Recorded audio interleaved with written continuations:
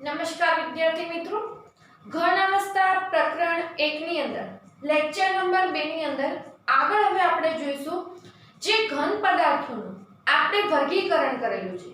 ખાસ શેના આધારે વર્ગીકરણ કરેલું છે? ઘન પદાર્થોને તેમના ઘટક કણોની ગોઠવણમાં હાજર ક્રમના સ્વભાવના આધારે વર્ગીકૃત કરવામાં આવે છે. મતલબ કે હાલ આપણે અહીંયા જે વર્ગીકરણ કરીએ છીએ, હવેનું હાલનું જે વર્ગીકરણ કરશું તે જે ઘન પદાર્થની અંદર કણોની, અણુ, પરમાણુ કે આયનની જે ગોઠવણનો ક્રમ હશે, આ ગોઠવણના ક્રમના આધારે ઘન પદાર્થને બે પ્રકારમાં વર્ગીકૃત કરવામાં આવતા હતા: સ્ફટિકમય પદાર્થો, અસ્ફટિકમય ઘન પદાર્થો. સ્ફટિકમય પદાર્થો એટલે કહેશું આપણે ક્રિસ્ટલાઇન કમ્પાઉન્ડ, અને પેલામાં કહેવાશે અસ્ફટિકમયને એમોર્ફસ સોલિડ કહેવાશે. એટલે ક્રિસ્ટલાઇન અને એમોર્ફસ કહીએ તો સ્ફટિકમય અને અસ્ફટિકમય ઘન પદાર્થ. પણ આ ઘન પદાર્થોનું જે વર્ગીકરણ આપણે કરેલું તે આપણે કરતા હતા ઘન પદાર્થોને તેમના ઘટક કણોની. ઘટક કણો મતલબ કે ઘન પદાર્થ બનેલો હશે અણુ, પરમાણુ અથવા આયનની મદદથી બનેલો હોય, તો એની ગોઠવણીમાં જે એનો હાજર ક્રમનો જે સ્વભાવ હશે, કઈ રીતે કણો ગોઠવાયેલા હશે, તેના આધારે આપણે વર્ગીકરણ કરેલું છે. હવે આની અંદર એક આપણે વાત કરશું. હાલ આપણે અહીંયા બતાવેલું છે સ્ફટિકમય ઘન પદાર્થ, અને આ બાજુની જે આપણે આકૃતિ દોરેલી છે તે છે અસ્ફટિકમય ઘન પદાર્થ. આકૃતિ ઉપરથી સ્પષ્ટ જોઈ શકાય છે કે જે સ્ફટિકમય ઘટક કણો છે, સ્ફટિકમય ઘનની આપણે આકૃતિ લીધી, એની અંદર ઘટક કણોની જે ગોઠવણી હશે કોઈ ચોક્કસ નિયમિત ક્રમથી ગોઠવાયેલી હશે.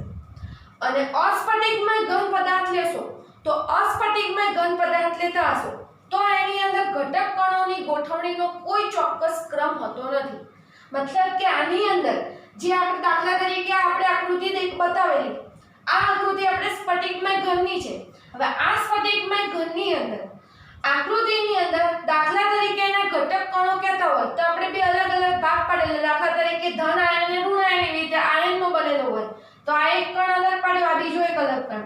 તો એની જે ત્રિપરિમાણમાં ગોઠવણી થયેલી છે ચોક્કસ ક્રમમાં, ચોક્કસ અંતરે, અને એ આખી પુનરાવર્તિત થતી, રિપીટ થતી જે ડિઝાઇન, જે ભાત હશે એ એક સરખી આપણને જોવા મળે છે. અને એના કારણે આપણને કોઈ ચોક્કસ એનો ભૌમિતિક આકાર પણ જોવા મળે છે. એટલે જ્યારે ઘટક કણોની જે ગોઠવણીનો ક્રમ હશે એ નિયમિત રીતે હોય, નિયમિત રીતે પુનરાવર્તિત થતો હશે, તો આવા જે ઘન હશે સ્ફટિકમય ઘન કહેવાતા હશે. અને ઘટક કણોની જે ગોઠવણી કહીએ આનો ક્રમ નિયમિત નહીં હોય, મતલબ કે ઘટક કણોની ગોઠવણી કોઈ ચોક્કસ ક્રમથી થતી નહીં હોય, તો એવા ઘનની ગોઠવણી આકૃતિ કહીએ તો આપણે અસ્ફટિકમય ઘનની કહી શકીએ.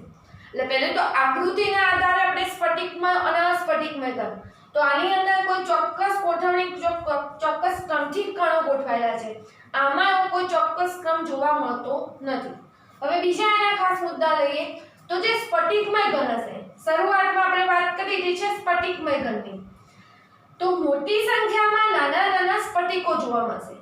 જે સ્ફટિકમય ઘનની રચના હશે એની અંદર મોટી સંખ્યામાં નાના નાના સ્ફટિકો, તમે આખા ઘનની અંદર જો તો નાના નાના અમુક પાર્ટ્સ છે એ રિપીટ થતા હશે, તો નાના નાના એવા એના સ્ફટિકોની ગોઠવણી જોવા મળે.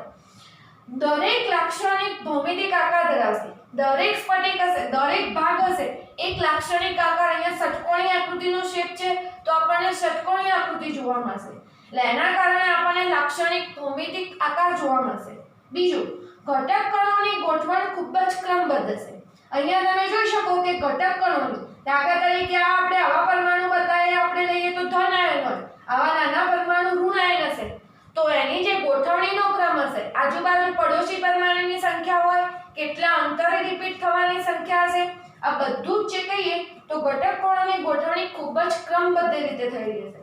અને ક્રમબદ્ધ રીતે જો એક જ સરખી ગોઠવણી થતી હોય, એક જ સરખી ગોઠવણી થતી હોય તો એના ઉપરથી આપણે એના ભૌમિતિક આકાર વિશે કહી શકીએ.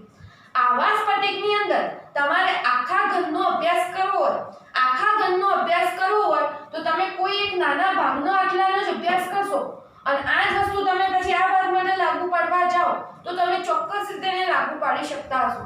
કારણ કે એક પ્રકારની ચોક્કસ ગોઠવણી એમાં થયેલી હશે, તો તમે એના માટેની કહીએ તો ઘનના કોઈ એક સ્ફટિકનો અભ્યાસ કરીને પણ એવા જ ગુણધર્મો તમે આગળના ભાગમાં બી જોઈ શકતો, કેમ કે એ જ રીતે રિપીટ થયેલા હશે ગુણધર્મો એટલા માટે. તો ઘટક કણોની ગોઠવણ ખૂબ જ ક્રમબદ્ધ હશે સ્ફટિકમય ઘનમાં. બીજું કહીએ તો ક્રમનો લાંબો વિસ્તાર હશે, મતલબ કે જે નિયમિત રીતે જે પુનરાવર્તિત જે ડિઝાઇન જે ભાત હતી એ ખૂબ લાંબા અંતર સુધી હશે. એવું નહીં હોય કે અમુક 1-2 સ્ફટિક પૂરતી જે મર્યાદિત હશે, એ આપણે લાંબા અંતર સુધી લાંબા ક્રમ સુધી પુનરાવર્તિત થતી હોય, અને આ લાંબા ક્રમ સુધી પુનરાવર્તિત થતી હોય એટલે જ ઘનના કોઈ એક નાના ભાગનો અભ્યાસ કરી અને આપણે આખા સ્ફટિકનો આખા ઘન વિશેની માહિતી મેળવી શકતા હોય છે. એટલે કે આવર્તીય રીતે પુનરાવર્તિત થાય. આપણે આવર્ત કોષ્ટક માટે શબ્દ વાપરેલો આવર્તનીય, મતલબ જે ગુણધર્મો આવર્તનીય રીતે રિપીટ થતા હોય, તો અહીંયા બી જે ગુણધર્મો હશે, જે એની ડિઝાઇન હશે, જે ભાત હશે સ્ફટિકમય ઘનની, એ આવર્તનીય રીતે નિયમિત રીતે પુનરાવર્તિત થતા હતા. જે પણ ગુણધર્મો હશે, સ્ફટિકમય ઘનનું ઉદાહરણ લેવું હોય તો સ્ફટિકમય ઘનમાં આપણે સોડિયમ ક્લોરાઇડનું ઉદાહરણ ખાસ લેવામાં આવતું હશે. બીજું કહીએ તો ક્વાર્ટઝ. સોડિયમ ક્લોરાઇડ કહીએ તો સોડિયમ ક્લોરાઇડ આપણે આયનીય સ્ફટિકમય ઘન કહીએ છીએ, અને આ આયનીય સ્ફટિકમય ઘનમાં Na+ અને Cl- ના આયનો આવેલા છે. આમાં ખાસ ગોઠવણી હોય છે કે એક Na+ ની આજુબાજુ 6 Cl-, એક Cl- હોય તેની આજુબાજુ 6 Na+. તો આ ચોક્કસ ક્રમમાં ત્રિપરિમાણીય સ્ફટિક રચના બનાવતા હોય છે, અને એ આખા NaCl ના જાળીદાર જે સ્ફટિક હશે એનો અભ્યાસ તમે કોઈ એક સ્ફટિકનો અભ્યાસ કરો તો આખા ઘનની માહિતી મળી શકતી હોય. વિદ્યાર્થી મિત્રો, સ્ફટિકમય ઘનની વાત એક નાના ઉદાહરણ દ્વારા આપણે રૂટીન ઉદાહરણ દ્વારા સમજવી હોય તો આપણે જે રંગ માટેનો જે ક્યુબ આવે છે, જે આપણે ગેમમાં ને એમાં રમતા હોઈએ છીએ, તે એ ક્યુબમાં આપણે અલગ અલગ રંગના પેલા નાના નાના ચોરસ ક્યુબ આવેલા હોય છે, અને બધા ક્યુબના કલર જે હશે આપણે એક સરખો કરવાનો, જે આપણે મેજિક ક્યુબ કહીએ એની વાત કરીએ તો એની અંદર દરેક ચોરસ હશે એના આકાર બધા સરખા હોય છે, અને એ બધા નાના નાના ચોરસ ભેગા થઈને આખો એક ક્યુબ બનેલો હોય છે. હવે એમાં તમારે કહીએ તો એનો ભૌમિતિક આકાર, એની ગોઠવણી ફિક્સ થયેલી છે. તમે એક નાના ઘનને એમાંથી ઉપાડીને લેશો તો એ નાનો ઘન અંદરથી ઉપાડીને લીધો હોય તો એ સ્ફટિક હશે, પણ આ નાના નાના સ્ફટિકો ભેગા થઈને આખા ક્યુબની ઘનની રચના કરી છે. હવે ગુણધર્મોના અભ્યાસ કરતી વખતે તમે એમાંથી એક નાનો ક્યુબ ઉપાડી લો છો અને એના ગુણધર્મો તપાસો તો આખા ક્યુબ જે સમઘન હતો એમાંના કોઈ બી ચોરસના ગુણધર્મો એને મળતા જ આવવાના, કારણ કે બીજા બધા ઘન તો એને પુનરાવર્તિત રિપીટ થતી આકૃતિ હતી. આ તો એક સમજવા માટેનું ઉદાહરણ, પણ એ રીતે આપણે કોઈ બી ઘન માટે કહી શકીએ. બીજી વાત કરીએ અસ્ફટિકમય ઘનની અંદર. તો અસ્ફટિકમય ઘનની અંદર વાત કરીએ તો અસ્ફટિકમય ઘનના કણોની જે ગોઠવણી હશે એમાં કોઈ નિયમિતતા જોવા મળતી નથી. એટલે અમુક અંતર સુધી એમાં કોઈ ચોક્કસ રિપીટેશન થતું હશે, પણ બાકી એની અંદર આ સ્ફટિકમય ઘનની જેમ કોઈ ચોક્કસ ભૌમિતિક આકાર જોવા મળશે નહીં. એટલે નિયમિત રીતે ક્રમબદ્ધ રીતે અણુઓ ગોઠવાયેલા હશે નહીં એની અંદર. એટલે આમાં આ રીતે અસ્તવ્યસ્ત રીતે અણુઓ પરમાણુની ગોઠવણી હશે. બીજું કે અસ્ફટિકમય ઘન પદાર્થ.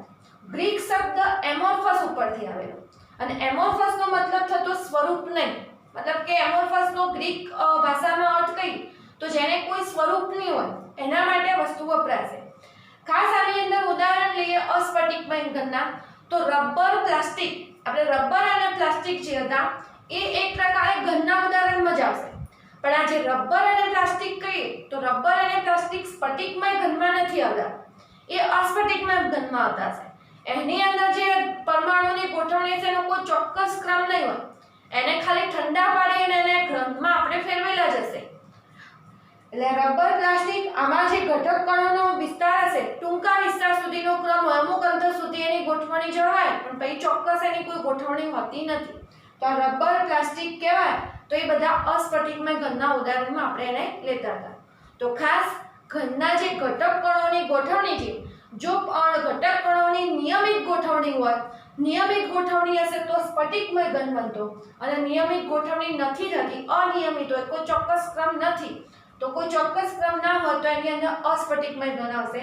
અને એની અંદર ઉદાહરણ રબર, પ્લાસ્ટિકના એવા બધા પદાર્થો, કારણ કે રબર, પ્લાસ્ટિકને ચોક્કસ પ્રોસેસ કરી અને પછી આપણે બનાવેલા ઘન હશે, એમાં કોઈ ગોઠવણીનો ચોક્કસ ક્રમ હોતો નથી. તો હવે ડિટેલમાં આપણે સ્ફટિકમય ઘન અને અસ્ફટિકમય ઘનના વિવિધ ગુણધર્મો કઈ કઈ બાબતમાં કઈ રીતે અલગ પડતા હતા એની હવે ચર્ચા કરીશું. હાલ તો આપણે ખાલી સ્ફટિકમય અને અસ્ફટિકમય બંને શબ્દોને અલગ કઈ રીતે પાડવા તેના વિશે આપણે હાલ સમજ્યા.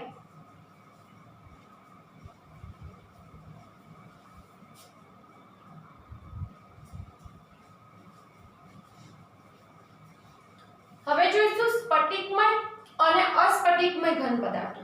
કેટલાક ગુણધર્મોને આધારે આપણે એને અલગ ડિવાઇડ કરેલા છે અને બંનેને અલગ આપણે કઈ રીતે ઓળખી શકશું? ગુણધર્મોમાં બંને ઘન પદાર્થો હોવા છતાં સ્ફટિકમય ઘન પદાર્થ અસ્ફટિકમય ઘન પદાર્થ કઈ રીતે અલગ પડતા હતા તેની હવે વાત કરીશું. બીજું વિદ્યાર્થી મિત્રો, સ્ફટિકમય ઘન પદાર્થ અસ્ફટિકમય ઘન પદાર્થ આ પ્રશ્ન આપણને જો થિયરી રૂપે પૂછવો હોય તો તફાવતના રૂપે એક પ્રશ્ન પૂછી શકાય તેવો છે.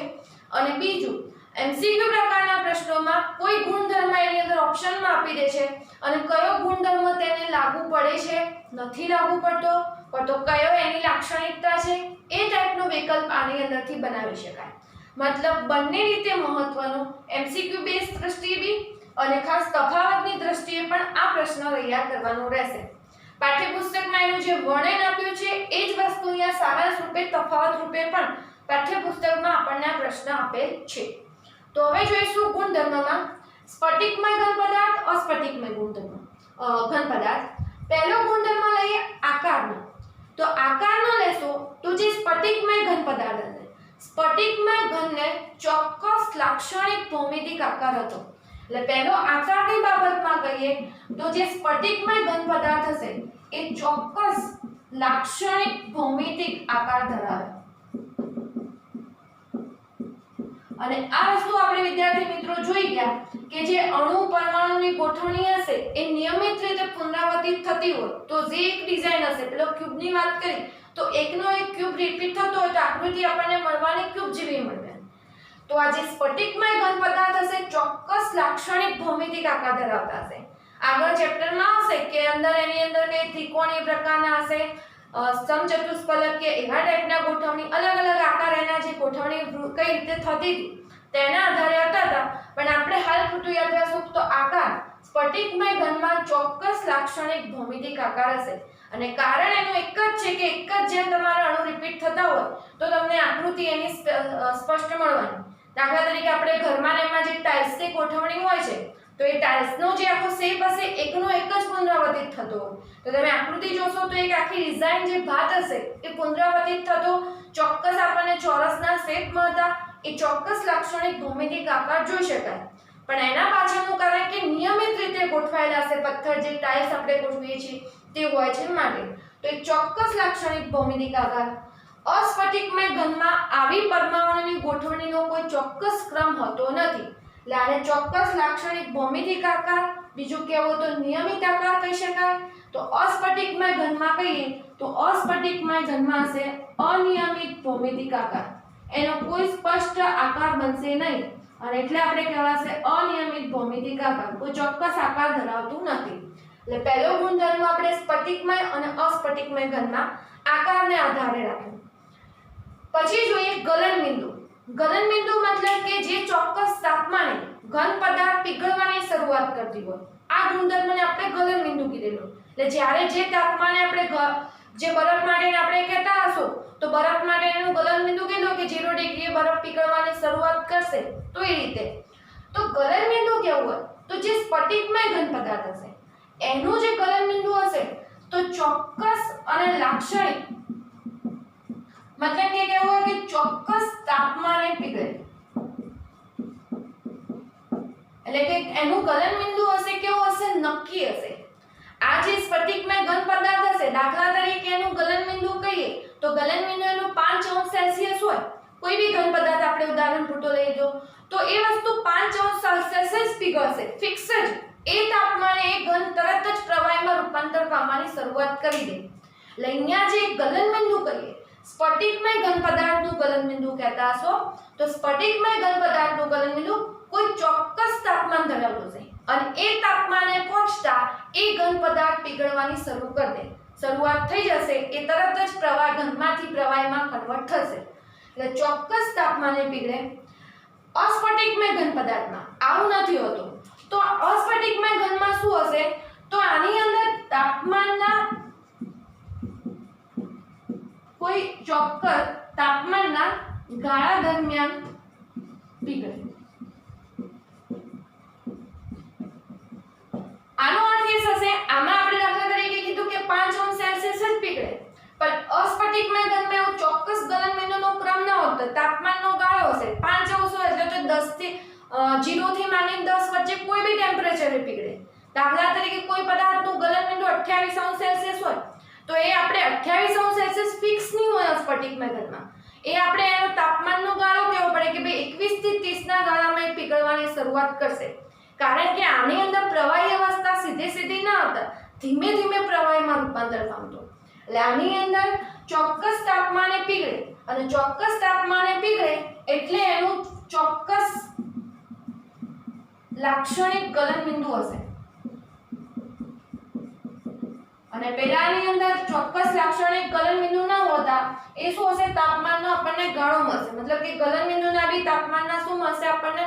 તાપમાનના ગાળામાં, મતલબ કે 10 થી 20 વચ્ચે કે હોય તો 50 થી 60 વચ્ચે એવી રીતે કોઈ તાપમાનની આપણને એક રેન્જ મળતી હશે કે આટલા તાપમાનની રેન્જમાં પીગળશે. તમે એક્ઝેક્ટ એનું ટેમ્પરેચરનું મૂલ્ય નતા આપી શકતા જે એનું ગલનબિંદુનું મૂલ્ય હતું. એટલે અહીંયા આપણે ચોક્કસ અને લાક્ષણિક ગલનબિંદુ, અહીંયા ચોક્કસ અને લાક્ષણિક ગલનબિંદુ મળતું નથી, તાપમાનના ગાળા દરમિયાન પીગળશે. અલગ અલગ રેન્જ એની હશે એ દરમિયાન પીગળે. બીજું, ચિરાડ ગુણધર્મ. ચિરાડ ગુણધર્મ મતલબ ચપ્પા જેવા ધારદાર સાધન વડે કાં તો તીક્ષ્ણ સાધન વડે, ચપ્પુ એટલે તીક્ષ્ણ આપણે ધારદાર સાધન કહીએ, તો આ તીક્ષ્ણ સાધન વડે બે ભાગ કરવામાં આવે આવા સ્ફટિકમય ઘનના. તો બે ભાગ કરવામાં આવશે તો નિયમિત રીતે વિભાજિત થાય, અને નિયમિત રીતે વિભાજિત થાય તો જે મૂળ ઘનની સપાટી હોય એવા ને એવા જ નવા બે પદાર્થોની બનશે. પણ આની અંદર અસ્ફટિકમય ઘનમાં લેવું હોય તો અસ્ફટિકમય ઘનમાં ચપ્પા જેવા કાં તો કોઈ તીક્ષ્ણ સાધન વડે બે ભાગમાં વહેંચશો તો બે ભાગમાં વહેંચવામાં આવે તો સપાટીઓ કેવી બનશે? અનિયમિત બનશે. દાખલા તરીકે કાચ કે લીધું હોય અને બે ભાગમાં ડિવાઈડ કરી તો સપાટી એની એવી રીતે નિયમિત મળશે નહીં. એટલે અહીંયા ચિરાડ ગુણધર્મ ખાસ કે તીક્ષ્ણ સાધન વડે, આવા તીક્ષ્ણ સાધન વડે કાપવામાં આવે ત્યારે નિયમિત રીતે વિભાજિત થાય. નિયમિત રીતે વિભાજિત થવું મતલબ કે જે મૂળ ઘનની સપાટી હશે તેવી જ મળશે. એટલે નિયમિત રીતે વિભાજિત થશે અને જે મળતી સપાટી હશે તો નવી સપાટી હશે તે પણ નિયમિત અને કેવી હશે? સુવાળી હશે. મતલબ કે જે મૂળ ઘનની હશે તે પ્રકારની જ આપણને જોવા મળે. અને જ્યારે અસ્ફટિકમય ઘન હશે તો તીક્ષ્ણ સાધન વડે કાપતા અનિયમિત રીતે વિભાજિત થાય. એટલે એમાં પછી કોઈ નિયમિતતા જોવા મળતી નથી. આડુંવાળો અનિયમિત કોઈ બી ભૌમિતિક આકાર આવે અને આની અંદર સ્ફટિકમય ઘનમાં ચપ્પા જેવા ધારદાર સાધન વડે કાપશો તો મૂળ ઘનનો જે આકાર હોય એ જ ઘનમાં આપણે ફેરવાશે. દાખલા તરીકે પેલો ક્યુબનું ઉદાહરણ લીધું તો સરખા ભાગ કરવામાં આવે તો ઘન નાના નાના એવા જ રિપીટ થશે, પણ કાચ કે લઈને આપણે સરખા ભાગમાં વિભાજિત કરવા જઈએ તો એની સપાટી એવી રીતે નિયમિત રહેતી નથી. પછી આવશે ગલન ઉષ્મા. સીધી વાત છે કે ગલન બિંદુ ફિક્સ હોય. ગલન ઉષ્મા મતલબ કે જે આપણે ગલન એન્થાલ્પી કહેતા હતા, જે આપણે એક મોલ પદાર્થને ચોક્કસ તાપમાને પીગળાવવા માટે જે એનર્જી આપવી પડી હશે એ આપણી ગલન ઉષ્મા છે.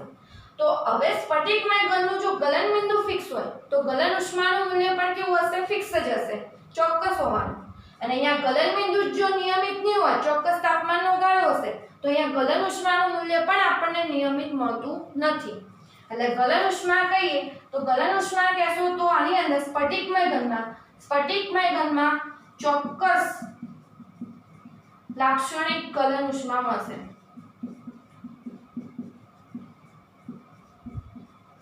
અને અહીંયા ગલન ઉષ્માના બી શું મળશે? ટેમ્પરેચરનો એક પ્રકારનો ગાળો મળશે. એટલે ગલન ઉષ્મા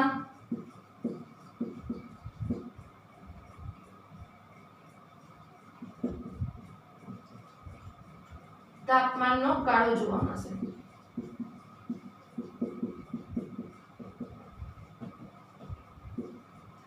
બીજા અર્થમાં લખવું હોય તો ચોક્કસ અને લાક્ષણિક ગલન ઉષ્મા હોતી નથી. એ રીતે ના લખવું હોય તો બીજું લખી શકાશે ચોક્કસ અને લાક્ષણિક